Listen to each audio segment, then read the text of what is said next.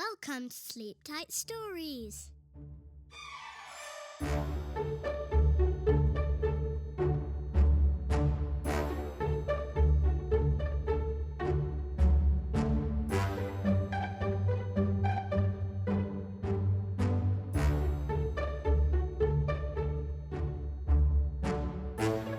Raggedy Ann and the Kite. Raggedy Ann watched with interest the preparations.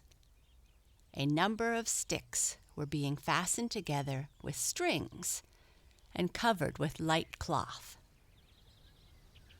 Raggedy Ann heard some of the boys talk of the kite, so Raggedy Ann knew this must be a kite.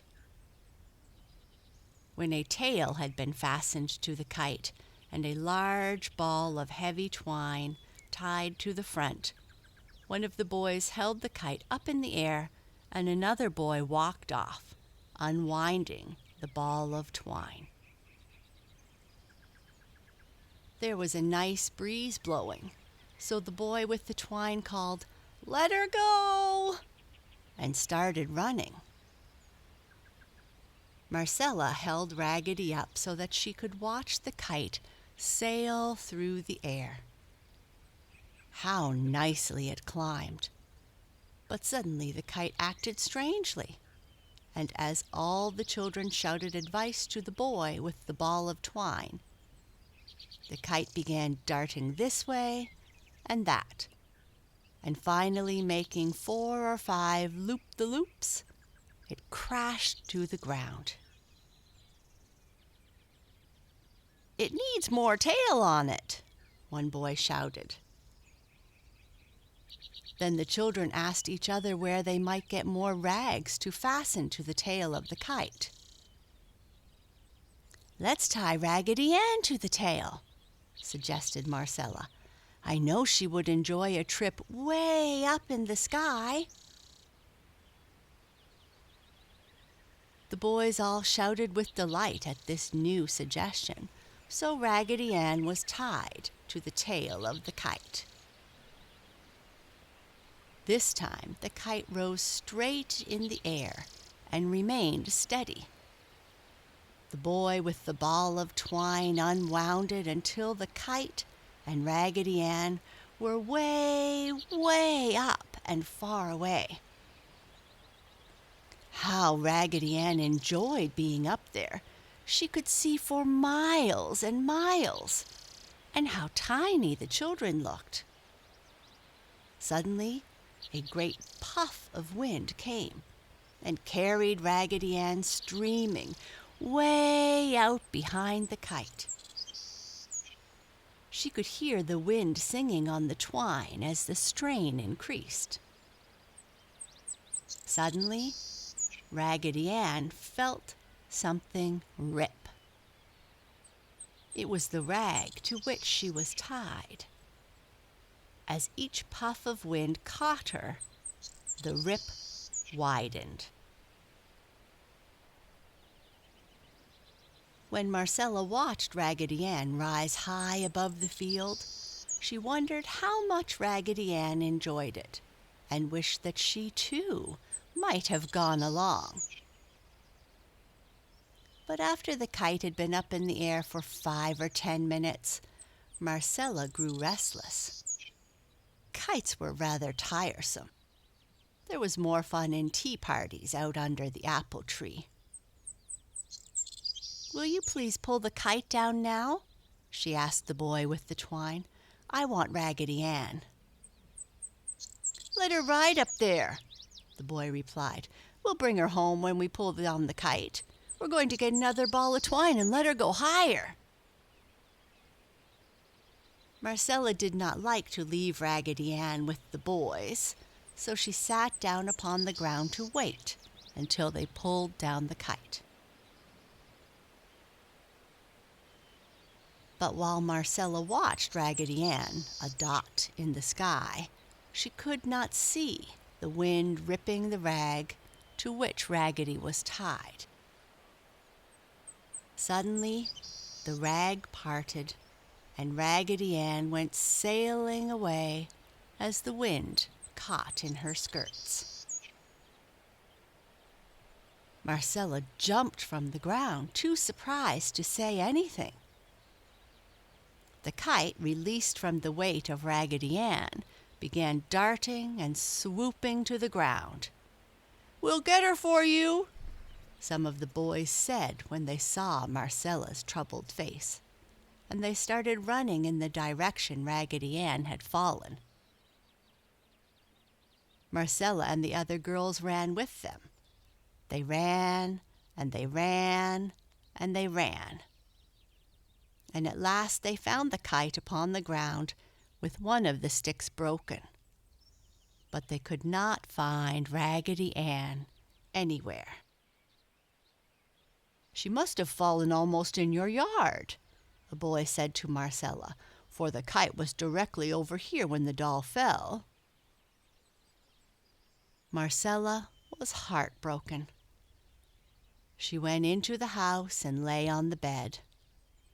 Mama went out with the children and tried to find Raggedy Ann, but Raggedy Ann was nowhere to be seen.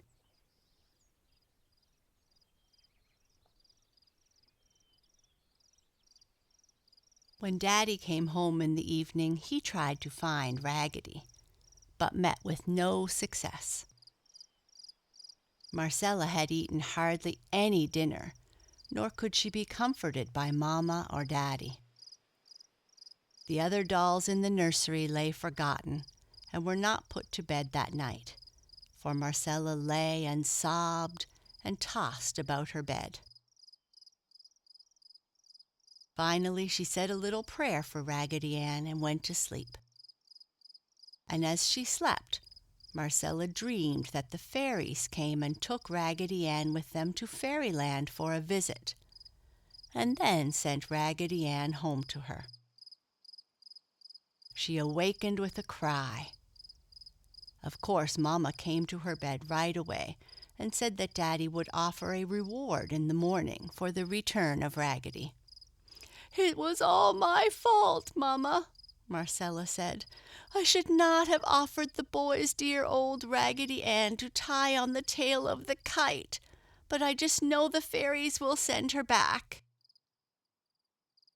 Mama took her in her arms and soothed her with cheering words, although she felt indeed that Raggedy Ann was truly lost and would never be found again.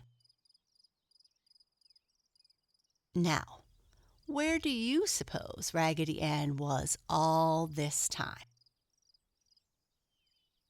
When Raggedy Ann dropped from the kite, the wind caught in her skirts and carried her along until she fell into the fork of a large elm tree directly over Marcella's house. When Raggedy Ann fell with a thud, face up in the fork of the tree, 2 robins who had a nest nearby flew chattering away. Presently the robins returned and quarreled with Raggedy Ann for laying so close to their nest, but Raggedy Ann only smiled at them and did not move. When the robins quieted down and quit their quarreling, one of them hopped up closer to Raggedy Ann in order to investigate. It was Mama Robin. She called to Daddy Robin and told him to come. "See the nice yarn? We could use it to line the nest with," she said. So the robins hopped closer to Raggedy Ann and asked if they might have some of her yarn hair to line their nest. Raggedy Ann smiled at them.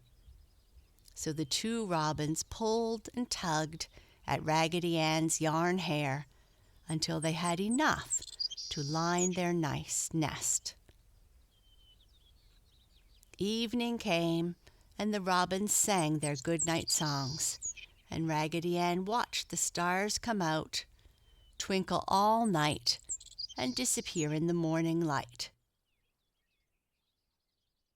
In the morning, the robins again pulled yarn from Raggedy Ann's head and loosened her so she could peep over the side of the limb.